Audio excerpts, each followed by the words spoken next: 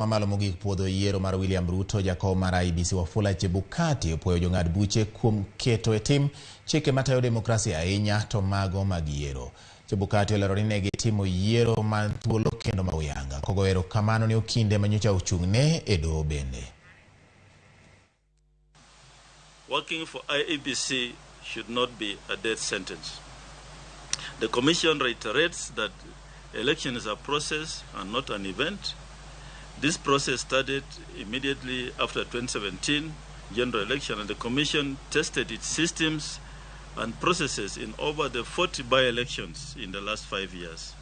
Therefore, the Supreme Court judgment today is a testimony that the Commission conducted a free, fair, transparent, and credible general election that met the democratic aspirations of the people of Kenya.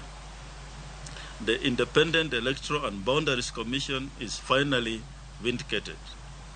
We look forward to the full judgment of the Supreme Court, as well as feedback from our stakeholders during the post-election evaluation exercises which will inform areas of improvement in the electoral process.